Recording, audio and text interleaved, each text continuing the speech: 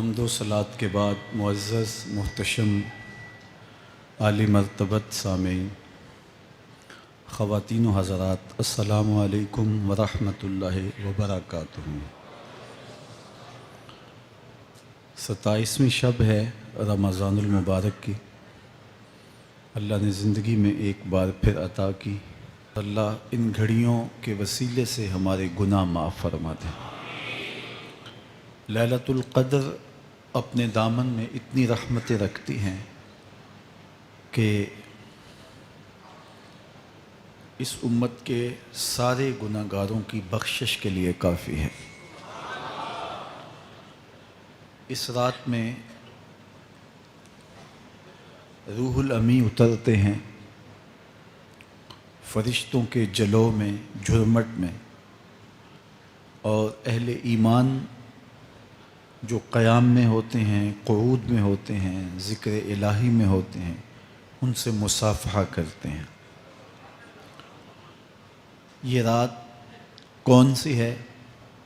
ترکی خیمے میں چٹائی ایک سمت کر کے سر انور حضور نے باہر نکالا اور فرمایا کہ لیلۃ القدر کو آخری عشرے میں تلاش کرو۔ اور ایک روایت کے لفظ یہ ہیں کہ آخری عشرے کی تاک راتوں میں تلاش کرو۔ وہ تاک رات کون سی ہے؟ اس کو مخفی رکھا گیا۔ حضرت ابی بن قعب رضی اللہ تعالی عنہ صحابی رسول ہیں، فرماتے ہیں میں قسم کھاتا ہوں کہ وہ رات 27ویں شب ہے۔ حضرت بایزید بسطامی علیہ رحمہ فرماتے ہیں مجھے زندگی میں یہ رات 2 بار ملی ہے اور دونوں بار 27ویں شب ہی تھی۔ تو ہم اللہ کی بارگاہ میں امید کا دامن پھیلائے ہیں کہ یہی شب ہو اور اس کے دامن سے پھوٹتی ضیائیں ہمارے اندر کے اندھیروں کو ختم کرنے کا ذریعہ بنے۔ مجھے آپ کو اپنے معاد کی، آخرت کی فکر کرنی چاہیے۔ یہ راتیں آتی ہیں اور چلی جاتی ہیں، اور ایک وقت آئے گا کہ یہ راتیں آئیں گی اور ہم نہیں ہوں گے۔ کتنے لوگ ایسے ہیں جو پچھلے سال تھے لیکن آج نہیں ہیں، ان سے گزشتہ سالوں میں تھے، آج نہیں ہیں۔ تو اللہ ہمیں ہر سال یہ رات مبارک کرتا ہے، نصیب ہوتی ہے۔ اللہ آپ کی قسمت میں ایسی بہت ساری راتیں نصیب کرے، لیکن بہرحال ایک وقت ایسا آنے والا ہے کہ یہ راتیں تو آئیں گی لیکن ہم موجود نہیں ہوں گے۔ تو یہ جو میسر راتیں ہیں، ان کے دامن سے پھوٹتی ضیائیں ہمیں اپنے اندر سمو لینی چاہیے کہ ہم دنیا پہ نہ بھی ہوں گے تو یہاں سے جو ہم نے نور لیا ہوگا وہ قبر میں بھی چراغاں کرے۔ باطن کی روشنی، اندر کے اجالے اور روح کا چراغاں اس رات کے دامن سے لیا جا سکتا ہے۔ حضور علیہ السلام رمضان المبارک کے آخری عشرے میں کثرت کے ساتھ عبادت کرتے تھے۔ حضرت سیدہ عائشہ رضی اللہ تعالی عنہا فرماتی ہیں کہ حضور کمر بستہ ہو جاتے اور اپنا تہ بند کس کے باندھ لیتے، خود بھی جاگتے اور اہل خانہ کو بھی بیدار رکھتے۔ زندگی میں یہ ساعتیں جو ہمیں مقسوم ہوئی ہیں، یہ سعادت بری ساعتیں ہیں۔ پچھلی امتوں کے حصے میں اس طرح کے لمحات کب آئے ہیں؟ یہ ایک رات 1000 مہینے کی عبادتوں سے افضل، بہتر اور بھاری ہے۔ میرے حضور نے ارشاد فرمایا ایک بندہ صبح سے لے کے ظہر تک مزدوری کرتا ہے، اس کو ایک کی رات دیا جاتا ہے۔ ایک بندہ ظہر سے عصر تک مزدوری کرتا ہے، اس کا وقت تھوڑا ہے، اس کو بھی ایک کی رات دیا جاتا ہے۔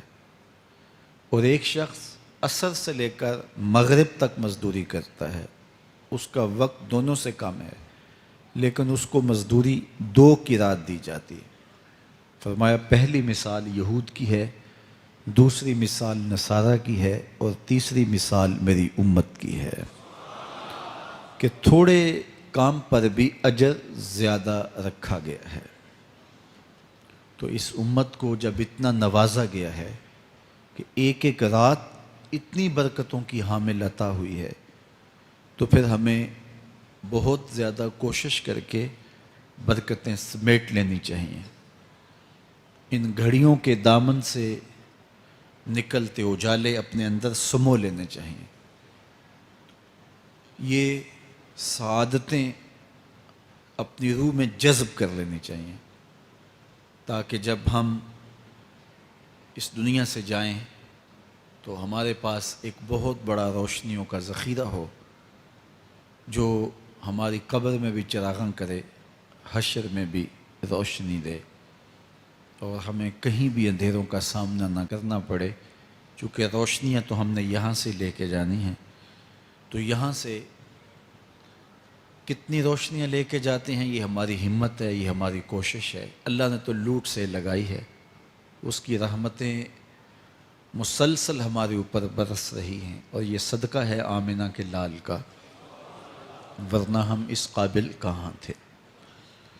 تو میں اللہ کی بارگاہ میں آپ سب کے لیے دعا گو ہوں، آپ میرے لیے دعا گو رہیں کہ اس شب نور کی برکتیں ہمیں نصیب ہوں۔ حضور نے ارشاد فرمایا من قام لیلۃ القدر ایمانا و احتسابا غفر له ما تقدم من ذنبہ، جس نے لیلۃ القدر میں قیام کیا ایمان اور محاسبہ نفس کے ساتھ، اللہ اس کے پچھلے سارے گناہ معاف فرما دیتا ہے۔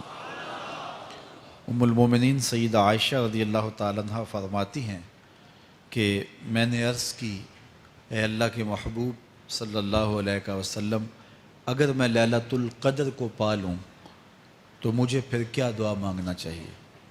تو حضور نے ارشاد فرمایا اگر تم لیلۃ القدر پا لو تو یہ دعا مانگو اللہم انک عفو تحب العفو فاعف عنی، اے اللہ تو معاف کرنے والا ہے، معاف کرنے کو پسند کرتا ہے، میرے معاملات سے درگزر فرما۔ تو اللہ تعالیٰ اس رات کی برکتوں سے ہمیں اپنی پناہ میں، امان میں، حفاظتوں کے حصار میں رکھے۔ ہر سال لیلۃ القدر کے موقع پر اور شب برات کے موقع پر دور و نزدیک سے آنے والے سامعین کو کتاب اللہ سے کچھ ضروری مضامین پیش کرنے کی سعادت پاتا ہوں، چونکہ مجھے پتہ ہے کہ یہاں آنے والے لوگ بڑی دور دور سے آتے ہیں اور اپنے محلوں کو، اپنی بستیوں کو، اپنے شہروں کو چھوڑ کے یہاں پہنچتے ہیں، تو ان کا ایک لمحہ بھی ضائع نہ ہو، ان کی ایک ایک ساتھ کی قدر کی جائے، اور ان کو بامقصد باتیں جو ان کی پوری زندگی میں ان کے لیے نفع کا سبب ہوں، ان کو یہاں سے دی جائیں۔ تو قرآن مجید سے بہتر اور کیا پیغام ہو سکتا ہے؟ تو انشاءاللہ آج آپ کے سامنے کتاب اللہ سے ایک مضمون رکھوں گا۔ اللہ کتاب و سنت کے اجالوں سے ہمارے من کے سارے اندھیرے اور ظلمتیں دور کر دے۔ سورہ القیامہ میرا آج کا مضمون ہے، جو 40 آیات پر مشتمل ہے۔ سورۃ القیامہ قیامت کے اس بات اور اس کے ہولناک منظر کی عکاسی پر مشتمل ہے۔ معاد کا یقین ہماری زندگی میں نظم پیدا کرتا ہے۔ اگر کسی قوم کو احتساب کا یقین نہ ہو تو اس کی زندگی بے ربط ہو جاتی ہے، لوٹ مار کا بازار گرم کر لیتا ہے کہ مجھے کون پوچھنے والا ہے۔ لیکن جس قوم میں احتسابی عمل مضبوط ہو وہاں لوٹ مار کا بازار گرم نہیں ہو سکتا۔ تو دنیا کے اوپر نظم قائم رکھنے کے لیے احتسابی عمل بہت ضروری ہے۔ دنیا بھر کے دانشور یہ بات کہتے آئے ہیں۔ اگر جرائم ختم کرنے ہیں تو انصاف فراہم کرنا پڑے گا۔ اگر عدالتیں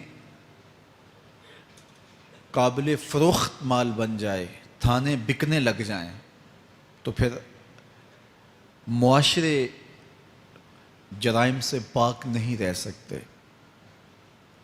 تو عدالتی نظام اگر بے لاگ ہوگا اور انصاف لوگوں کی دہلیز تک پہنچے گا تو معاشرے ستھرے اور پاکیزہ ہوں گے اور ایک خوبصورت معاشرتی نظم قائم ہوگا۔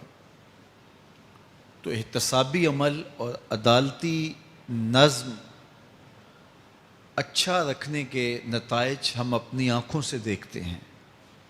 تو کیا آخرت کا احتساب ہونا ضروری نہیں، جہاں افراد کا اور قوموں کا فرد عمل پیش ہو اور پھر جزا و سزا ان کو دی جائے؟ تو اسلام نے جو معاد اور آخرت کا تصور دیا ہے، یہ فرد اور قوم کی زندگی میں ایک نظم پیدا کرتا ہے۔ لیکن ہر دور میں جو مجرم ہوتے ہیں، جن کا کام ہی لوٹ مار ہوتا ہے، وہ کبھی نہیں چاہتے کہ احتسابی عمل مضبوط ہو۔ وہ چاہیں گے کہ عدالتیں قابل فروخت جنس بن جائیں، تھانوں کی بولیاں دی جا سکیں اور انصاف کبھی بھی قائم نہ ہو۔ تو بے لاگ احتساب کا وہ کبھی بھی رواج نہیں پڑنے دیں گے۔ جو لوگ آخرت کے تصور کو جھٹلاتے ہیں، ان ساری قوموں کو دیکھ لیں جنہوں نے آخرت کو جھٹلایا۔ وہ قومیں ہیں جو برائی میں لت پت تھیں اور گناہوں بھری زندگی بسر کر رہی تھی۔ اب ایسی قومیں کبھی پسند نہیں کرتی کہ کوئی آخرت بھی ہو جس کا خوف انہیں گناہوں کی اور بدیوں کی زندگی سے نکالے، کیونکہ وہ اس زندگی سے نکلنا ہی نہیں چاہتے۔ تو آخرت کا وہ ڈٹ کے انکار کرتے۔ قریش مکہ نے بھی آخرت کا ڈٹ کے انکار کیا اور کہا کہ ہم آخرت کو نہیں مانتے، چونکہ اگر وہ آخرت کو مان لیتے ہیں تو پھر زندگی کی تمام تر مکاریاں، دجل و فریب، تلبیسات، لوٹ مار، ظلم و جبر جو کمزوروں پر وہ روا رکھے ہوئے تھے، اس کا جواز باقی نہیں رہتا تھا۔ تو اس لیے انہوں نے اس کا ڈٹ کے انکار کیا۔ قرآن مجید کی جتنی بھی مکی صورتیں ہیں ان میں آخرت کا اس بات کیا گیا ہے اور معاد کو ثابت کرنے کے لیے دلائل دیے گئے ہیں۔ یہ سورہ القیامہ یہ بھی سورت نزول کے اعتبار سے مکی ہے۔ سورت کا آغاز قسم سے کیا جا رہا ہے، لا اقسم بیوم القیامہ، روز قیامت کی قسم یاد کرتا ہوں۔ اللہ تعالیٰ نے قیامت کے دن کی قسم کی۔ ولا اقسم بالنفس اللوامہ، اور قسم ہے ملامت کرنے والے نفس کی، اس جان کی قسم جو اپنے اوپر ملامت کرے۔ انسان کے اندر جو نفس ہے وہ اس کو برائی کا حکم دیتا ہے۔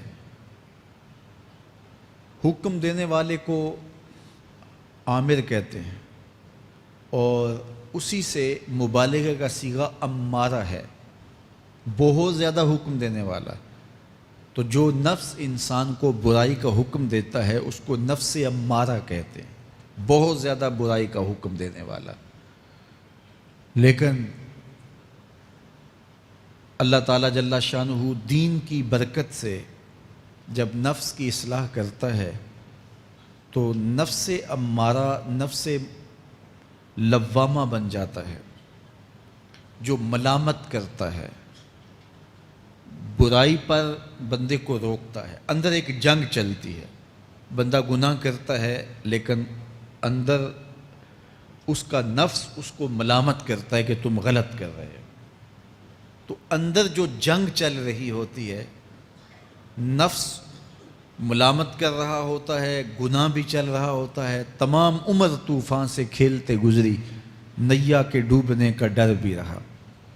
تو یہ اندر جو کھینچا تانی ہے، ملامت اور گناہ، پھر توبہ بھی ہوتی ہے، پھر گناہ بھی سرزد ہو جاتے ہیں. تو یہ نفس لوامہ جو گناہ سے بندے کو روکتا ہے، اللہ تعالیٰ جل شانہ نے اس نفس لوامہ کی قسم کی ہے کہ مجھے قسم ہے انسان کے نفس لوامہ کی، جو اس کو برائی سے روکتا رہتا ہے اور خیر کی طرف اس کو بلاتا رہتا ہے. تو قیامت کی قسم کی اور نفس لوامہ کی قسم کی. اور جب نفس مزید ترقی کرتا ہے اور پھر اندر نیکی کی قوتیں پنپتی ہیں، تو ایک وقت آتا ہے کہ پھر انسان نیکی ہی کے ماحول میں جینا شروع کر دیتا ہے. تو پھر نفس کو اطمینان ملتا ہے، اس نفس کو نفس مطمئنہ کہتے ہیں. اور جب نفس مطمئنہ بن جائے تو قیامت کے دن اللہ تعالیٰ جل شانہ آواز دے گا کہ میرے لیے گناہوں کو چھوڑنے والے آجا، تیرا رب تیرا منتظر ہے. سورہ الفجر میں ارشاد فرمایا، یا ایتھا النفس المطمئنہ ارجعی الی ربک راضیۃ مرضیہ فادخلی فی عبادی وادخلی جنتی. اے نفس مطمئنہ آجا، تیرا رب تیرے پہ راضی اور تو رب پہ راضی، میرے بندوں میں داخل ہو کے میری جنت میں داخل ہو جا. تو اللہ تعالیٰ ہمارے نفس کو نفس مطمئنہ بنائے. تو نفس لوامہ بھی غنیمت ہے جو گناہ پہ ملامت کرتا ہے. تو اللہ تعالیٰ جل شانہ نے قیامت کے دن کی قسم کی تو ساتھ نفس لوامہ کی بھی قسم کی. قسم تو کوئی بھی کرے تو سننے والا متوجہ ہوتا ہے کہ یہ جو قسم کی جا رہی ہے تو یہ کسی عنوان کی اہمیت کو بیان کرنا مقصود ہے. تو پھر قسم اگر رب کرے تو پھر سمجھنے کے لیے کافی ہے کہ وہ کتنا اہم مضمون ہوگا جس پہ میرا رب ہو کے قسم کر رہا ہے. تو قیامت پر اللہ تعالیٰ قسم فرما رہا ہے تاکہ اس کا قسم فرمانا اہل عقل کے لیے کافی ہو کہ اس کے اس بات کے لیے اس سے بڑی کیا دلیل ہو سکتی ہے کہ میرا رب اس پہ قسم کر رہا ہے. اَيَحْسَبُ الْإِنسَانُ أَن لَّن نَّجْمَعَ عِظَامَهُ. اللہ تعالیٰ ارشاد فرماتا ہے کہ کیا آدمی یہ سمجھتا ہے کہ ہم ہرگز اس کی ہڈیاں جمع نہیں فرمائیں گے. یہ ایک کافر تھا، عدی بن ربیعہ، یہ مراد ہے یہاں انسان سے. ایک روایت کے مطابق ابو جہل بن ہشام مراد ہے. تو یہ ابو جہل یا عدی بن ربیعہ یہ کہتے تھے کہ کیا ہڈیوں کو دوبارہ جوڑا جائے گا، دوبارہ ان کو جمع کیا جائے گا؟ یہ نہیں ہو سکتا، قیامت نہیں آ سکتی. وہ کہتے تھے یہ جہاں ہے بس ختم ہو جائے گا کام تمام، لہٰذا جو عزت پانی ہے، جو لذت حاصل کرنی ہے، جو عیش و عشرت کرنی ہے، جو کچھ کرنا ہے اسی جہان میں کر لو.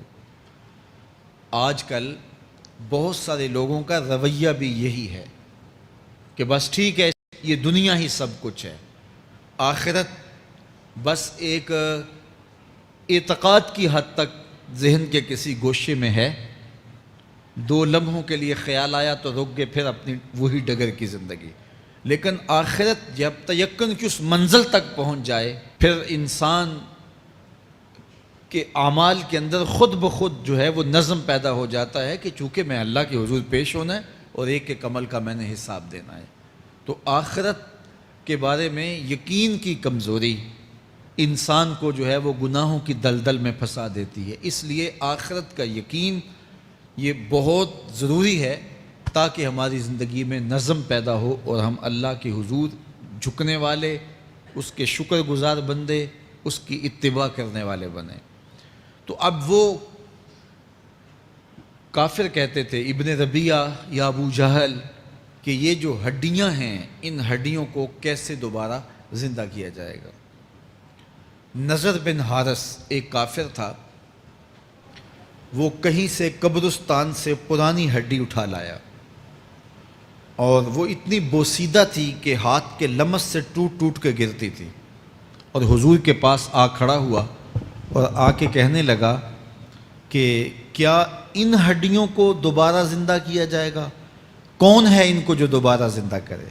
اور ساتھ ہڈی توڑتا ہے اور اس کے ریزے زمین پہ گرتے ہیں۔ تو حضور علیہ السلام نے اللہ کی جانب سے اس کا جواب دیا۔ ذرا قرآن پڑھیے، سورہ یاسین کا آخری رکوع ہے، وَضَرَبَ لَنَا مَثَلًا وَنَسِیَ خَلْقَهُ قَالَ مَن يُحْيِي الْعِظَامَ وَهِيَ رَمِيمٌ۔ اب وہ باتیں کرنے لگ گیا ہے، اس کی زبان بولنے لگی ہے، اب کہاوتیں ہمارے لیے لاتا ہے، اور کیا کہتا ہے؟ مَن يُحْيِي الْعِظَامَ وَهِيَ رَمِيمٌ، ان ہڈیوں کو کون زندہ کرے گا جبکہ اتنی بوسیدہ ہو گئی ہیں؟ تو یہ نضر بن حارث حضور کے سامنے ہڈی لایا تھا اور توڑتا تھا اور کہتا تھا یہ ہڈیاں زندہ ہوں گی، ان ہڈیوں کو دوبارہ اٹھایا جائے گا جو اتنی بوسیدہ ہو گئی ہیں کہ ہاتھوں کا لمس بھی گوارا نہیں کرتی، اس کو دوبارہ زندہ کیا جائے گا؟ کون زندہ کرے گا؟ جواب سنو، قُلْ يُحْيِيهَا الَّذِي أَنشَأَهَا أَوَّلَ مَرَّةٍ، اے محبوب فرما دیجئے اب تو ہڈیاں موجود ہیں، جب ہڈیاں بھی نہیں تھیں تو جس رب نے انسان بنایا ہڈیوں کو جوڑ کے نہیں بنا سکتا۔ اب تو میٹیریل موجود ہے، جب میٹیریل بھی موجود نہیں تھا۔ هل اتى على الانسان حين من الدهر لم يكن شيئا مذكورا، انسان پر وہ وقت بھی آیا ہے جب یہ قابل ذکر چیز ہی نہیں تھا، اس کا نقشہ نہیں تھا، اس کی صورت نہیں تھی، اس کا میٹیریل نہیں تھا، اس کا مادہ نہیں تھا، لیکن جس نے حضرت انسان بنایا، پانی کی بوند سے تخلیق کیا، تو اب کیا وہ ہڈیوں کو جوڑ کر انسان نہیں بنا سکتا؟ تو یہ کفار بات کرتے تھے کہ نہیں نہیں نہیں، اتنی بوسیدہ ہڈیوں کو کیسے زندہ کیا جائے گا، یہ بات سمجھ میں نہیں آتی۔ پھر ان کے ذرے بکھر گئے، بعض انسانوں کو جانور چیڑ پھاڑ کے کھا گئے، کچھ وہ کھا گئے، کچھ ہڈیاں پڑی رہ گئیں، کچھ ان کی ہڈیاں راکھ بن کے اڑ گئیں۔ تو کیسے ہو سکتا ہے کہ ان کو دوبارہ زندہ کیا جائے، ان کے اجزاء جوڑے جائیں؟ اب یہ عدی بن ربیعہ نے بھی یہی کہا۔ اللہ ارشاد فرماتا یحسب الانسان ان لن نجمع عظامہ، یہ آدمی گمان کرتا ہے، کہتا ہے کیا ہڈیوں کو دوبارہ زندہ کیا جائے گا؟ اللہ فرماتا ہے کیوں نہیں، ہم اس بات پہ قادر ہیں کہ اس کے انگلیوں کے پور پور کو دوبارہ کھڑا کر دیں، اور اس کے اجزاء جو بکھرے ہوئے ہیں ان کو ہم اکٹھا کر کے دوبارہ ان کو جوڑ دیں، ہمارے لیے کوئی مشکل نہیں ہے۔ لیکن یہ اس کا خیال ہے کہ ہڈیوں کو کیسے جوڑا جائے گا، لیکن سورہ یاسین میں جو دلیل دی اس پہ کس قدر جو ہے وہ اشش کرنے کو جی چاہتا ہے۔ فرمایا کہ قُلْ يُحْيِيهَا الَّذِي أَنشَأَهَا أَوَّلَ مَرَّةٍ، یہ کہتے ہیں یہ ہڈیاں کون جوڑے گا؟ کہا جب ہڈیاں بھی نہیں تھی، جس نے ہڈیاں بنائی اس کے لیے جوڑنا کیا مشکل ہے؟ تو یہ عجیب تم نے بات کی۔ تو اللہ تعالیٰ جل شانہ قیامت کے دن ہمارے وجود دوبارہ اٹھائے گا اور اپنے حضور بندوں کو کھڑا کرے گا اور ان سے سوال پوچھے گا۔ یہ نہیں ہے کہ جو مرضی کرتے گئے، ایک آدمی نے ظلم کیا، جبر کیا، زیادتیاں کی، لوگوں کا حق لوٹا، لوگوں کا مال غصب کیا، عزتیں پامال کی، اور اتنا مؤثر تھا کہ عدالتیں وہ خرید لیتا تھا، کچہریاں وہ خرید لیتا تھا، پولیس وہ خرید لیتا تھا، کوئی سے پوچھنے والا نہیں تھا، اس کی بات چلتی تھی، اس کا فون چلتا تھا، اس کا رکا چلتا تھا، عیش و عشرت کی زندگی گزاری اور مر گیا، ہزاروں کے حق غصب کر کے، ہزاروں کا مال ہڑپ کر کے، لوگوں کی آبروئیں لوٹ کے مر گیا اور قبر میں چلا گیا، بس قصہ ختم۔ اب نہ وہ اٹھے گا، نہ اس سے حساب لیا جائے گا، تو پھر انصاف کہاں گیا؟ ایک عدالت ایسی ہونی چاہیے کہ جس عدالت میں اس کو بھی پکڑا جائے اور ٹکٹکی پہ باندھا جائے کہ دنیا پر تو کسی نے تجھے پکڑا نہیں، اس عدالت میں تیرے خلاف سلطانی گواہ بھی موجود ہیں اور تجھے گناہوں کا، جرم کا بدلہ بھی دیا جائے گا، اور منصف جو ہے وہ انصاف کرے اور ان مظلوموں کو کھڑا کیا جائے کہ دنیا پر تو تمہاری داد رسی کسی نے کی، اس دربار میں تمہاری پوری پوری داد رسی کی جائے گی۔ عقل مانتی ہے کہ ایک ایسا دربار ہونا چاہیے، ایسا احتسابی عمل ہونا چاہیے، ایک ایسی عدالت لگنی چاہیے کہ جس کا کہیں جسے انصاف نہیں ملا اس کو وہاں جا کے انصاف ملے، اور وہ دن قیامت کا دن ہے۔ اس کا یقین زندگی میں نظم پیدا کر دیتا ہے اور تھر تھر بدن کانپتا ہے کہ آج اگر ہم مؤثر بھی ہو جائیں اور کسی کے سامنے جواب دے نہ ہوں، لیکن ایک عدالت تو ہے جہاں ہم نے جواب دہ ہونا ہے اور اپنے ایک ایک عمل کا حساب دینا ہے۔ تو اللہ ارشاد فرماتا ہے کہ اس عدالت کے سامنے تم نے پیش ہونا ہے، تمہارے جوڑ جوڑ کو اللہ تعالیٰ دوبارہ کھڑا کرے گا اور اس کو دوبارہ تخلیق کرے گا اور پیدا کرے گا، اور تم دوبارہ کھڑے ہو جاؤ گے، اس کے حضور پیش ہوگے۔ بل یرید الانسان لیفجر امامہ، بلکہ آدمی چاہتا ہے کہ اس کی نگاہ کے سامنے بدی کرے۔ استغفر اللہ۔ یہ ایک ظالم کافر تھا، وہ حضور کی خدمت میں آیا، کہنے لگا میں نہیں مانتا قیامت آئے گی۔ حضور نے اس کو دلائل دیے، تو جب دلائل کے سامنے بے بس ہو گیا تو کہنے لگا کہ جس قیامت کی آپ بات کرتے ہیں وہ قیامت آ بھی گئی تو میں نہیں مانوں گا۔ اللہ اکبر۔ تو وہ انکار کرنے والوں کی انتہا ہوتی ہے، اور ذرا دیکھیے وہ کیا بول رہا ہے، بل یرید الانسان لیفجر امامہ۔ اس کی سرکشی دیکھیے، اس کا تمرد دیکھیے۔ وہ کہتا ہے اچھا اگر قیامت قائم ہوئی تو یہ گناہ، یہ جرم، یہ بدی، یہ بدکاریاں، یہ ظلم جو میں کرتا ہوں، یہ بدکاریاں رب کے سامنے کروں گا۔ کیسی ڈٹائی ہے، مذاق اڑاتا ہے، تمسخر اڑاتا ہے آخرت کا۔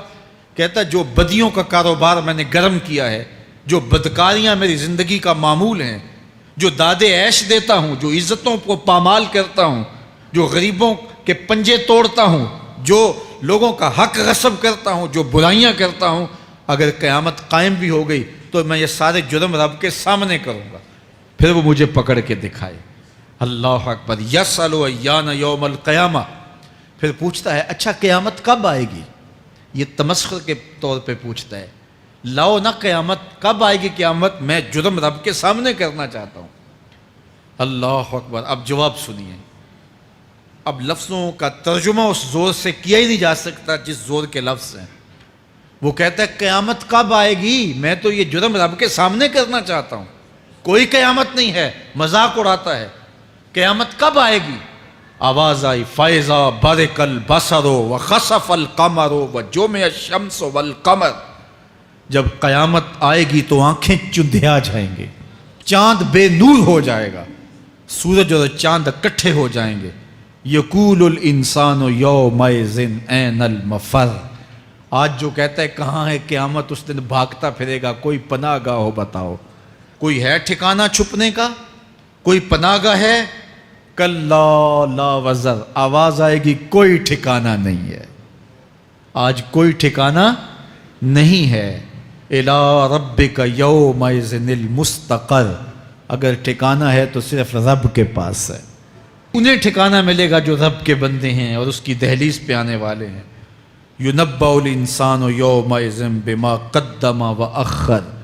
اللہ تعالیٰ اس دن بتا دے گا جو آگے بھیجا اور وہ بھی بتا دے گا جو پیچھے چھوڑا۔ ایک ایک چیز تشت ازبام ہو جائے گی۔ یوم تبلی السرائر فما لہ من قوت ولا ناصر۔ اللہ فرماتا سارے راز کھل جائیں گے، جو بند کمروں میں جرم کیے، داد عیش دیتا رہا، وہ بھی کھل جائیں گے، اور پھر کوئی طاقت نہیں ہوگی، کوئی زور نہیں ہوگا، کوئی زر نہیں ہوگا جو اس کو بے نقاب ہونے سے بچا سکے۔ اے داور حشر میرا نامہ اعمال نہ پوچھ، اس میں کئی پردہ نشینوں کے بھی نام آتے ہیں۔ تو وہ کتنا سخت دن ہوگا۔ ارشاد فرمایا جائے گا کہ جو آگے بھیجا، جو پیچھے چھوڑا، جو جرم کرتا رہا، جو نیکیاں کی، جو برائیاں کی، سب کچھ تشت ازبام ہو جائے گا۔ بل الانسان علی نفسہ بصیرہ۔ بلکہ آدمی خود اپنے حال پر اچھی طرح خود آگاہ ہے. ہم اسے نامہ اعمال کے دفتر دیں گے جہاں سب کچھ لکھا ہوگا. قرآن بتاتا جب نامہ اعمال سامنے آئے گا تو وہ بے ساختہ پکار اٹھے گا, ما لہذا الکتاب لا یغادر صغیرۃ ولا کبیرۃ الا احصاها. ہائے اس کتاب کو کیا ہوا, اس نے چھوٹی بڑی کوئی بات نہیں چھوڑی, سب کچھ لکھ دیا. نامہ اعمال سامنے ہوگے, زمین بولے گی, ہاتھ پاؤں بولیں گے, فرشتے بولیں گے, کرامن کاتبین بتائیں گے یہ کیا کیا جرم کرتا رہا, کیا کیا گناہ کرتا رہا. تو اس دن ہر شے سامنے آ جائے گی. تو یہ تو ثبوت ہوں گے ہی ہوں گے, لیکن اللہ فرماتا ہے ثبوت تو اپنی جگہ, لیکن بل الانسان علی نفسہ بصیرہ. کیا انسان کو خود نہیں پتا کہ وہ کہاں کھڑا ہے؟ اس کو اپنے جرائم کی فہرست خود یاد ہے, اس کے ضمیر پہ خود اس کا بوجھ موجود ہے. اسے یہ نامہ اعمال نہ بتاتے, فرشتے نہ بتاتے, پھر بھی اسے پتا تھا کہ میں کیا ہوں اور کہاں میں نے جرم کیا ہے. وَلَوْ أَلْقَى مَعَاذِيرَهُ. اللہ اکبر. اگر اس کے پاس جتنے بہانے ہوں سب لا ڈالے, جب بھی کوئی اس کا بہانہ نہیں سنا جائے گا. قیامت کا دن ہوگا, دنیا کے اوپر تو بہانوں سے انسان بچ نکلتا ہے. کوئی جھوٹ بول لیا, کوئی جھوٹا گواہ پیش کر دیا, کوئی مکر کر لیا, کوئی رشوت چل گئی, کوئی سفارش کام آ گئی, کوئی بہانہ تراش لیا, بات کو توڑ موڑ کے پیش کر لیا. لیکن قیامت کا جب دن ہوگا تو کوئی نہ جھوٹا گواہ چلے گا, نہ رب کی پولیس رشوت لیتی ہے, نہ وہاں انصاف کے خلاف کوئی کام ہوگا, اور نہ ہی کوئی بہانہ چل سکے گا. اللہ اکبر.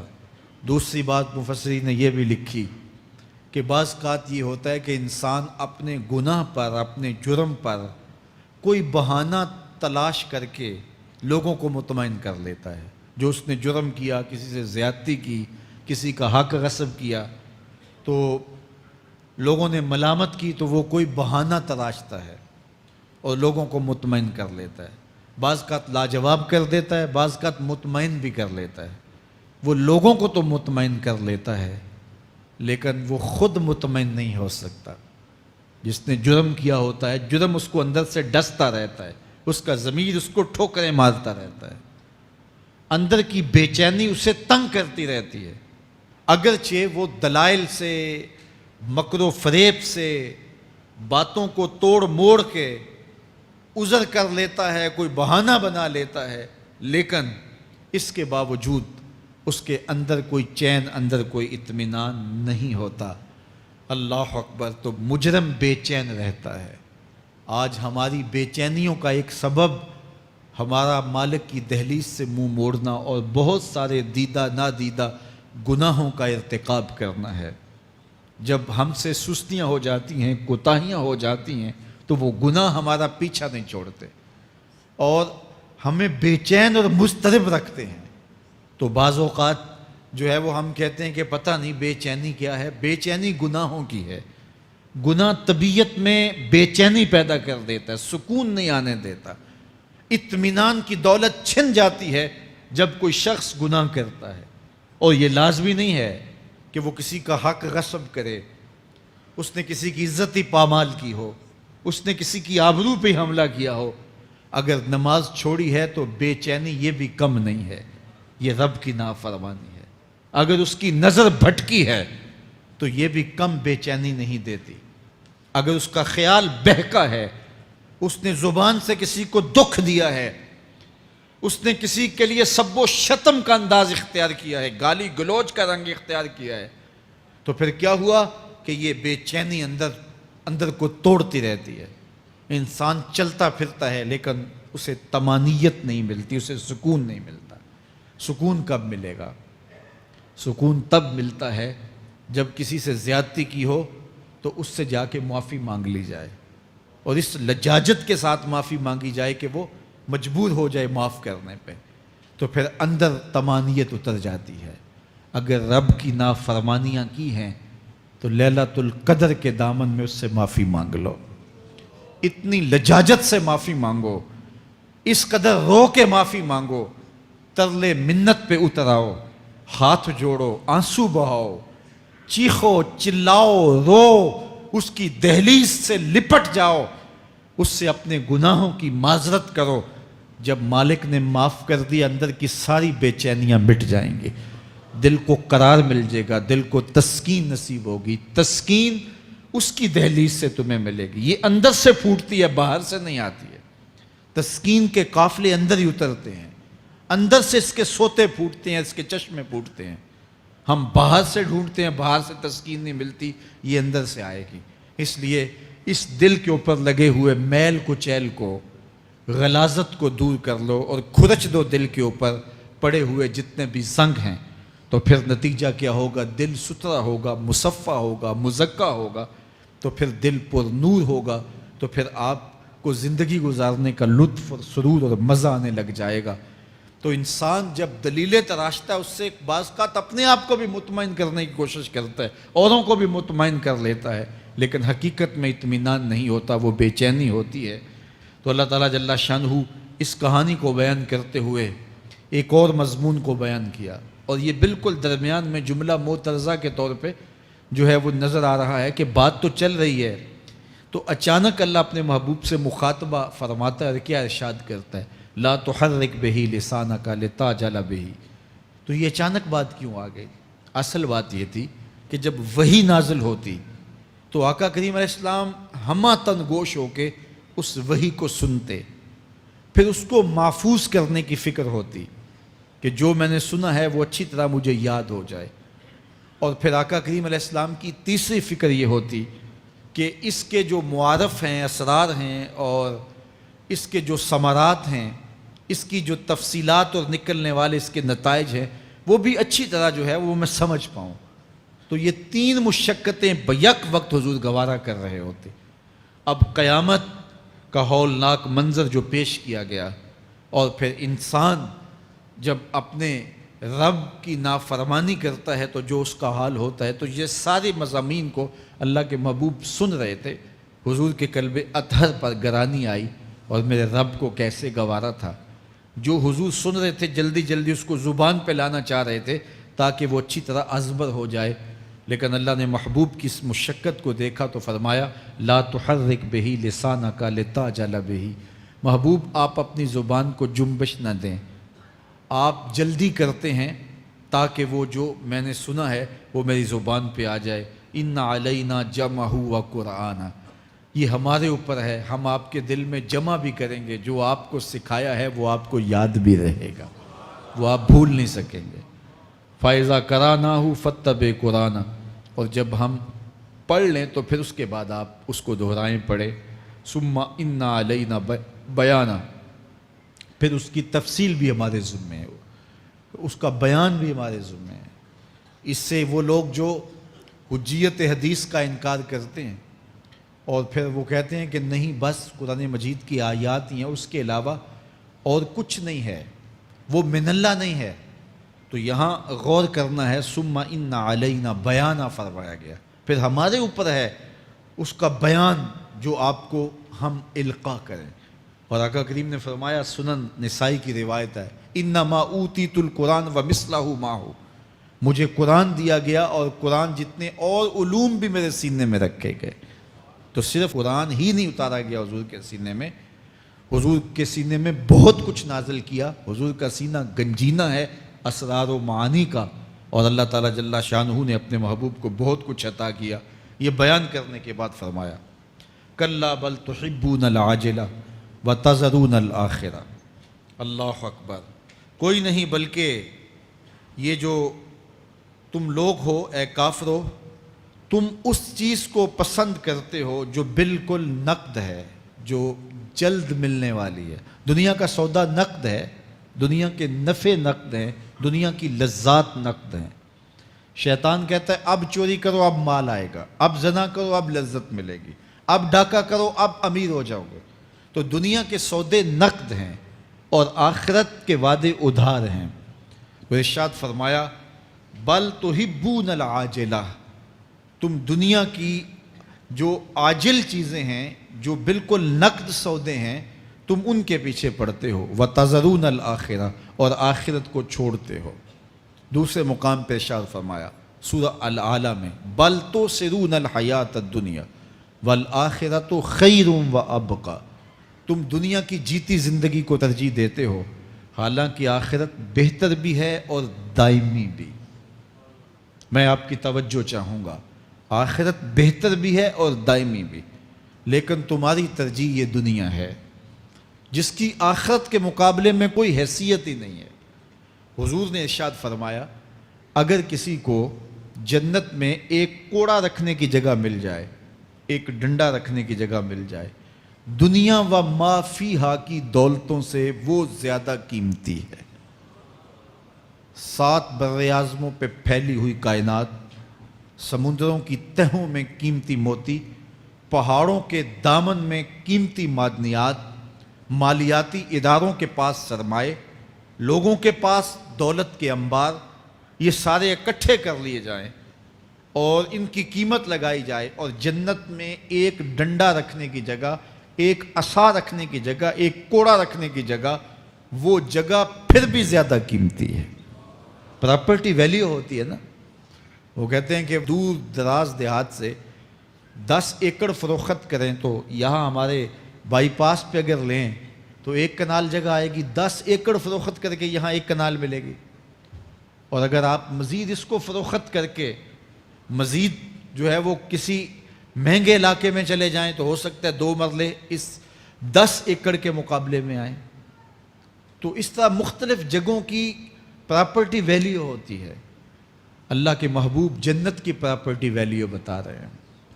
7 براعظموں پہ پھیلی ہوئی کائنات کو ایک پلڑے میں رکھیں، پوری دنیا کے اندر جو سرمائے ہیں، جو ماضی میں سرمائے لوگوں نے خرچ کر لیے، جو حال میں موجود ہیں، جو آنے والے ادوار میں لوگوں کے پاس آئیں گے، قارون کا خزانہ اور سرمائے سارے اکٹھے کر کے ایک پلڑے میں رکھ دیں، جنت میں ایک عصا رکھنے کی جگہ پھر بھی زیادہ قیمتی ہے۔ تو پھر دنیا کی آخرت کے مقابلے میں قیمت کیا ہوئی؟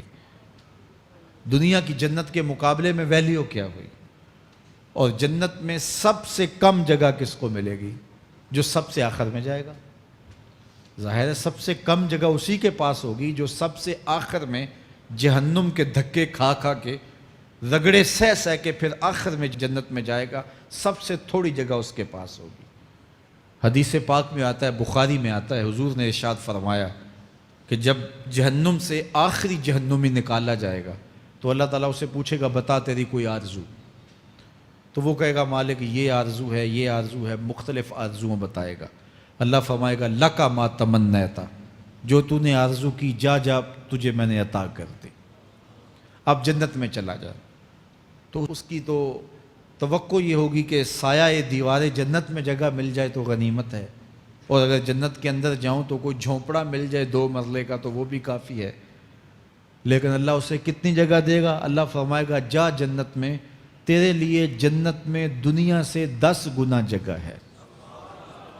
7 براعظموں کو 10 سے ضرب دے تو کہا کہ دنیا سے 10 گنا جگہ تیرے لیے۔ اس کو یقین ہی نہیں آئے گا، وہ کہے گا، اتسخر وانت الملک، میرے رب تو بادشاہ ہو کے مجھ سے مذاق کر رہا ہے؟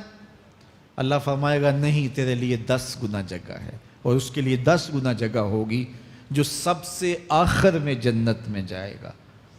میں آپ کی توجہ چاہوں گا، جو آخری جنتی ہے اس کے پاس کتنی جگہ ہوگی، کتنی پراپرٹی ہوگی؟ آج تو 2، 10، 20، 50 مربع کسی کے پاس ہوں تو وہ اتراتا ہوا چلتا ہے کہ میں اتنا بڑا ذمہ دار ہوں۔ جنت میں آخری جنتی کی جگہ کتنی ہوگی؟ دنیا سے 10 گنا جگہ۔ تو داتا گنج بخش علی حجویری کی جاگیروں کا عالم کیا ہوگا؟ بابا فرید الدین گنجے شکر کی جاگیروں کا عالم کیا ہوگا؟ پھر اصحاب رسول کی جاگیروں کا عالم کیا ہوگا؟ قیمتی کتنی جگہ کہ ایک ڈنڈا رکھنے کی جگہ مل جائے، دنیا و ما فیہا سے وہ قیمتی، اور وہ قیمتی جگہ دنیا سے 10 گنا جگہ اس کو دی جائے گی جو سب سے آخر میں جائے گا۔ تو مجھے بتائیے، اس سے بڑا بے وقوف کوئی ہے جو آخرت کو برباد کر کے دنیا کا سودا کرتا ہے؟ بل تؤثرون الحیات الدنیا والآخرۃ خیر وابقیٰ، کہا آخرت بہتر بھی ہے اور دائمی بھی ہے، نہ ختم ہونے والی زندگی ہے۔ تو یہاں بھی ارشاد فرمایا، کلا بل تحبون العاجلہ وتذرون الآخرہ، تم نقد کے پیچھے دوڑتے ہو، آخرت جو ادھار ہے اس کی پرواہ نہیں کرتے ہو۔ یہ نقد تمہیں مل بھی جائے، پہلی تو بات ہے ملتی نہیں ہے، دنیا تمہارے آگے بھاگتی ہے اور تم پیچھے بھاگ رہے ہو۔ کچھ حصہ تمہیں مل بھی گیا تو وہ کتنے سالوں کے لیے؟ 60 سال 70 سال، یہ تو بڑی لمبی زندگی ہیں۔ ہمارے ہاں 45 سال ایوریج نکالی گئی ہے۔ 60 سال بھی کوئی جی لے، 70 سال بھی کوئی جی لے، کیا حیثیت ہے آخرت کے مقابلے میں؟ آخرت کا ایک دن یوم حشر قرآن بتاتا ہے 50,000 سال کا ہوگا۔ 50 سال کا نہیں، 100 سال کا نہیں، 50,000 سال کا ایک دن۔ پھر اس کے بعد نا ختم ہونے والی زندگی، مینڈے کی شکل میں موت کو بھی ذبح کر دیا جائے گا۔ موت کو بھی موت آ گئی، اب موت نہیں ہے، نا ختم ہونے والی زندگی۔ اور جو جنت میں چلا گیا سب سے آخر میں جانے والے کی یہ جائیدادیں۔ تو اصل زندگی تو آخرت کی زندگی ہے۔ کلا بل تحبون العاجلہ وتذرون الآخرہ، یہ تو ایک سودا ہے۔ اب اللہ تعالیٰ ایک اور چیز بتا رہا ہے، ذرا غور کیجئے۔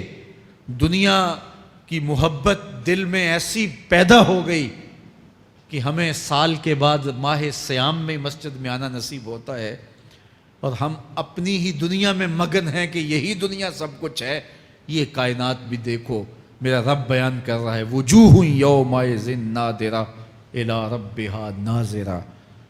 وہ دن جب آئے گا تو جب بندے اس کے حضور حاضر ہوں گے، جنہوں نے اپنی زندگی حزم و احتیاط سے گزاری ہوگی، رب کی اتباع میں، فرما برداری میں، اس کے حکموں کو پورے کرتے بسر کی ہوگی، پھر ان کو صلہ کیا ہوگا؟ اللہ فرمایا کچھ چہرے ہوں گے جو تر و تازہ ہوں گے، کھل کے گلاب ہو جائیں گے، چہرے منور اور تابہ ہوں گے۔ یہ اتنے کھلے کیوں ہوں گے؟ چہرے گلاب کیوں ہوں گے؟ الی ربہا ناظرہ، اس لیے کہ رب کا دیدار نصیب ہوگا۔ رب کا دیدار نصیب ہوگا تو چہرے کھل جائیں گے اور چہرے شگفتہ ہو جائیں گے، چہرے تر و تازہ ہو جائیں گے۔ یار کوئی پرانا دوست مل جائے اور آپ سخت صدمے کے ماحول میں ہوں تو اچانک اسے دیکھ لیں تو آپ کا چہرہ کھل جاتا ہے اور آپ کا چہرہ گلاب بن جاتا ہے، تو پھر کیا منظر ہوگا؟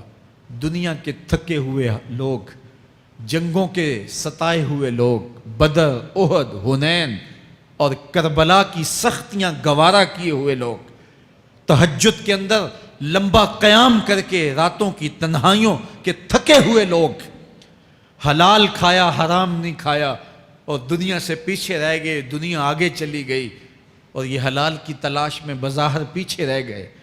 گھر والے بھی تانے دیتے ہیں کہ تم تو پیچھے رہ گئے، دنیا کہاں چلی گئی، تمہارے رشتہ دار کہاں چلے گئے۔ تانے اور تان و تشنی کے برستے تیر سہے ساری زندگی گزار دی۔ دکھوں کے مارے ہوئے یہ شخص جب قیامت کے دن اپنے رب کے حضور جائیں گے تو اللہ رخ انور سے نقاب ہٹا دے گا۔ پھر کیا ہوگا؟ اللہ کا دیدار ہوگا تو یہ چہرے کھل جائیں گے، ساری تھکن اتر جائے گی، جنم جنم کی ساری تھکن اتر جائے گی اور چہرے شگفتہ گلاب بن جائیں گے۔ اللہ فرمائے گا دیکھو ان کے چہرے کیسے کھلے ہوئے، وجوہ یومئذ ناظرہ الی ربہا ناظرہ۔ یہ تو خوش نصیب لوگوں کے چہرے ہیں۔ ووجوہ یومئذ باسرہ، اور پھر اس دن کچھ منہ بگڑے ہوئے ہوں گے۔ کیسے بگڑے ہوں گے؟ پاؤں میں درد ہو تو چہرے پر بگاڑ ہوتا ہے، پیٹ میں درد ہو تو چہرہ اچھا دکھائی نہیں دیتا، کان میں درد ہو، آنکھ میں درد ہو، سر میں درد ہو تو چہرہ بگڑ جاتا ہے۔ اور ان کے چہرے اتنے بگڑے ہوں گے، کوئی آنے والا خوف طاری ہو تو چہرے بگڑ جاتے ہیں۔ اور انسان کے چہرے کی ہوائیاں اڑی ہوتی ہیں، اب ان کے چہروں کی ہوائیاں اڑی ہوں گی۔ کیوں؟ قرآن بتاتا ہے تظن ان یفعل بہا فاقرہ، یہ ڈر رہے ہوں گے کہ ہمارے ساتھ اب جو سلوک ہونے والا ہے وہ کمر کی ہڈی توڑ دے گا۔ ہم نے رب کے حکموں کو توڑا، ہم نے پرواہ نہیں کی، ہم سمجھے دنیا میں آئے ہیں تو ہماری دنیا ہے، آوارہ ہوں، خواہشات نفس کے مطابق زندگی گزاریں، آنکھیں بے حیائی میں لگی رہیں، سوچیں آوارگی میں لگی رہیں، کان نغمے سنتے رہے، زبان جھوٹ بکتی رہی، ظلم و جبر کا بازار گرم رکھا، عصمتیں عزتیں پامال کرتا رہا، لوگوں کا مال لوٹتا رہا، حق غصب کرتا رہا، کلیجے اور دل چیرتا رہا، لوگوں کو زخمی کرتا رہا، لوگوں کے جذبات سے کھیلتا رہا، پرواہ ہی نہیں کی کہ یہ دنیا ہے، امتحان گاہ ہے، چند دنوں کے لیے آئے ہیں، اللہ کے حضور پیش ہونا ہے، عملوں کا حساب ہونا ہے۔ اب جب وہ دیکھیں گے کہ ہمارے ساتھ کیا ہونے والا ہے تو ان کے چہرے پہلے بگڑ جائیں گے۔ کیوں؟ وہ گمان کریں گے کہ ان کی ریڑھ کی ہڈی توڑ دی جائے گی، ایسے عذاب آئیں گے جس طرح کسی کی ریڑھ کی ہڈی ٹوٹ جائے تو اس کا چہرہ شگفتہ گلاب تو نہیں ہوتا، اس کا چہرہ جو ہے وہ تو کس قدر مرجھایا ہوا ہوتا ہے۔ تو اللہ ارشاد فرماتا ہے اس طرح ان کے چہرے ہوں گے۔ ابھی عذاب آیا نہیں ہے لیکن چہرے پہلے اترے ہوئے ہوں گے، اور جب عذاب کی بھٹی میں ڈالے جائیں گے، اللہ اکبر، اور وہ سخت عذاب، حضور نے جبریل امین سے پوچھا مجھے جہنم کے عذابوں کا ذکر سناؤ۔ عرض کی حضور سب سے ہلکے عذاب کی کہانی سناتا ہوں، اور وہ یہ کہ جہنمی کے پاؤں میں آگ کا جوتا رکھا جائے گا، باقی پورا بدن اس کا سلامت ہوگا۔ یہ سب سے ہلکے عذاب کی کیفیت ہے۔ اب پاؤں میں آگ کا جوتا ہوگا، حدت، گرمی، شدت اتنی ہوگی کہ دماغ پگھل کے ناک اور کانوں کے راستے سے باہر آ جائے گا۔ پاؤں میں رکھے ہوئے جوتے کی گرمی دماغ کو ایسے چڑھے گی کہ وہ پگھل جائے گا اور ناک اور کانوں کے راستے سے باہر آ جائے گا۔ تو اللہ کے عذاب کے خوف سے چہرے بگڑ جائیں گے، حالت سلامت نہیں رہے گی۔ یہ بات ذہن میں رکھیں کہ اللہ جس کو جہنم میں ڈالے گا اس کو اس صورت میں نہیں ڈالے گا، یہ محمدی صورت ہے، یہ شکل اس کی چھین لی جائے گی اور اس کی شکل بڑی کر دی جائے گی۔ اس کا ایک ایک دانت احد پہاڑ جتنا ہوگا۔ احد پہاڑ کا پھیلاؤ 15 کلومیٹر پہ ہے، 15 کلومیٹر کا ایک دانت، اور 32 دانت کتنے ہوں گے تو منہ کتنا بڑا ہوگا۔ اس کو اتنا بڑا اس لیے کیا جائے گا تاکہ وہ عذاب کی تکلیف زیادہ سہے۔ 70 گز موٹی کھال ہوگی، اور کھال جل جائے گی تو اللہ قرآن میں فرماتا ہے ہم نئی کھال دے دیں گے تاکہ عذاب کی تکلیف اس کو گوارا کرنی پڑے۔ پھر چیخے گا، چلائے گا، ہائے مجھے پانی دو، پانی دو، پیاس کی شدت ہے۔ 70 سال تک تو اس کی کوئی آواز ہی نہیں سنے گا۔ 70 سال کے بعد داروغہ جہنم چیخ کر کہے گا کیا مانگتا ہے؟ وہ بولے گا مجھے پانی چاہیے۔ کہا جائے گا تو بے بھی ملتا ہے پانی۔ پھر داروغہ جہنم اسے پانی دے گا، کوکا کولا کی بوتل دے گا یا پیپسی تھما دے گا یا منرل واٹر کی بوتل دے گا؟ نہیں، قرآن بتاتا ہے اسے مائے حمیم دیا جائے گا، کھولتا ہوا پانی، اور وہ اتنا گرم ہوگا جب پینے کے لیے چہرے کے قریب کرے گا اس سے اٹھتی ہوئی بھاپ کی وجہ سے چہرے کی کھال ادڑ کے اس کے اندر گر پڑے گی، لیکن اس کے باوجود اس کو پینا پڑے گا۔ اللہ فرماتا ہے یہ دنیا ہی سب کچھ نہیں ہے، سمجھ لیا یہی سب کچھ ہے، آخرت کو بھول گئے، صبح اٹھے کام پہ چلے گئے، شام آئے آوارگی میں چلے گئے، صدائیں آتی رہیں حی علی الصلاح حی علی الفلاح، کوئی پرواہ نہیں کی، نہ پیشانیوں نے سجدے کیے، نہ سوچوں میں پاکیزگی آئی، زندگی یوں گزار کے چلے گئے۔ ایسے نہیں، کہا ایک وہ ہوں گے جن کے چہرے شگفتہ گلاب ہوں گے، ایک وہ ہوں گے جن کے چہرے بگڑے ہوئے ہوں گے۔ اللہ اکبر، کلا اذا بلغت التراقی، یہ تو قیامت کا منظر ہے نا، قیامت سے قبل بھی ایک منظر ہے، اللہ اس منظر کو بھی بیان کر رہا ہے۔ کلا اذا بلغت التراقی، ہاں ہاں جب جان گلے کو پہنچ جائے گی۔ اے انسان تیرے اوپر وہ گھڑی بھی آنے والی ہے، وہ وقت بھی آنے والا ہے جب سانس اس ہنسلی میں اٹک جائے گا، جب سینے سے بھی سانس اوپر چلی گئی، اب ڈاکٹر بھی لا علاج قرار دے رہے ہیں کہ اب علاج نہیں رہا ہے، جان بس اب نکلنا چاہ رہی ہے، اور کہا جائے گا کوئی جھاڑ پھونک والا بلاؤ۔ اب ڈاکٹروں نے تو جواب دے دیا، اب سانس اٹک گئی گلے میں، چند لمحوں کی مہمان ہے۔ اب ڈاکٹروں نے کہا اب ہماری جانب سے لا علاج ہو گیا، اب لے جاؤ اس کو گھر یا وینٹیلیٹر پہ ڈال دیتے ہیں اس کو، بس اب ہماری جانب سے کوئی اس کا علاج نہیں ہے۔ اب گھر والے روتے ہیں، کہتے ہیں کوئی جھاڑ پھونک والا لاؤ، کوئی دم والا لاؤ، شاید وہ کوئی دم کرے تو اس کی جان میں جان آ جائے۔ ڈاکٹروں نے تو لا علاج قرار دے دیا۔ وَظَنَّ عَنَّهُ الْفِرَاقُ، اللہ فرماتا ہے یہ تو جھاڑ پھونک والے کو ڈھونڈ رہے ہیں، لیکن جس کی سانس یہاں اٹکی ہے وہ سمجھ گیا ہے اب موت آ گئی ہے، اس کو یقین ہو گیا ہے کہ اب موت کے لمحے آ گئے ہیں، اب میں بچ نہیں پاؤں گا، اب آنکھیں تاڑے لگی ہوئی ہیں، وَالْتَفَّتِ السَّاقُ بِالسَّاقِ، پنڈلی پہ پنڈلی چڑھ رہی ہے۔ جب موت آ جاتی ہے تو پھر پنڈلی سے پنڈلی لپٹ جاتی ہے، اس کو پھر جدا کرتے ہیں اور جدا کر کے دونوں انگوٹھے باندھ دیتے ہیں تاکہ پنڈلی کے اوپر پنڈلی نہ چڑھے۔ اللہ وہ منظر بیان کرتا ہے، صاحب یہ وقت آنے والا ہے جب دونوں انگوٹھے باندھ دیے جائیں گے، جب ناک میں روئی ٹھونس دی جائے گی، جب چٹے لباس میں کفن دیا جائے گا، جب غسال کے سامنے بے بس پڑے ہوں گے، وہ چاہے یہ بازو اٹھائے چاہے یہ بازو اٹھائے، گرم پانی ڈالے یا سرد پانی ڈالے، جب بس پڑے ہوئے ہوں گے جو ہے وہ غسل دینے والوں کے، اور ناک میں روئی ہوگی اور دونوں انگوٹھے آپس میں بندھے ہوں گے، یہ محل، یہ ماڑی، یہ کوٹھیاں، یہ بنگلے جس کو سویر شام لگ کے حلال حرام کی تمیز کیے بغیر بنایا تھا، غوث اعظم رضی اللہ تعالیٰ عنہ بولے مکان بنا رہا ہے، بسیں گے اور حساب تو جا کے دے گا، اور یہ تو ایک رات بھی تجھے اس گھر کے اندر نہیں رکھیں گے کہ چلو ایک رات مہمان رکھ لیں، کہتے ہیں نہیں نہیں مہمانوں نے بھی جانا ہے تو جلدی کرو اس کو سپرد کراؤ، وہ تو تیرا لباس بھی پھاڑ کے اتاریں گے، خود غسل دینے کے لیے تیار بھی نہیں ہے، تجھ سے خوف آنے لگا ہے، جاندی واری ڈرونا بنے ہوتے ہاتھ نہ لاندے ڈر دے، جنہ لئی تو پاپ کمائے اج کتھے نہیں تیرے کر دے۔ آج تو وہ تیرے ساتھ تجھے غسل دینے کے لیے آمادہ نہیں ہے۔ وَالْتَفَّتِ السَّاقُ بِالسَّاقِ، جب پنڈلی پہ پنڈلی چڑھنے لگ جائے گی، إِلَىٰ رَبِّكَ يَوْمَئِذٍ الْمَسَاقُ، اس دن تیرے رب کی طرف ہی لوٹ کے جانا ہے۔ فَلَا صَدَّقَ وَلَا صَلَّىٰ، اس نے نہ تو سچ مانا اور نہ نماز پڑھی، وَلَٰكِنْ كَذَّبَ وَتَوَلَّىٰ، ہاں جھٹلایا اور منہ پھیر کے چل پڑا۔ ثُمَّ ذَهَبَ إِلَىٰ أَهْلِهِ يَتَمَطَّىٰ، پھر اپنے گھر کو اکڑتا ہوا چلا۔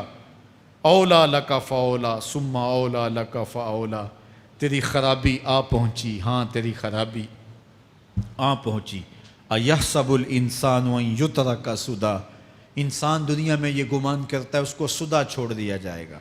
سدا عربی میں ایسے اونٹ کو کہتے ہیں جس کی مہار کسی کے ہاتھ میں نہ ہو، شترے بے مہار، جہاں مرضی جس گھاٹ سے چاہے پانی پیے، جہاں سے مرضی چارہ لے، تو شترے بے مہار کو کہتے ہیں سدا۔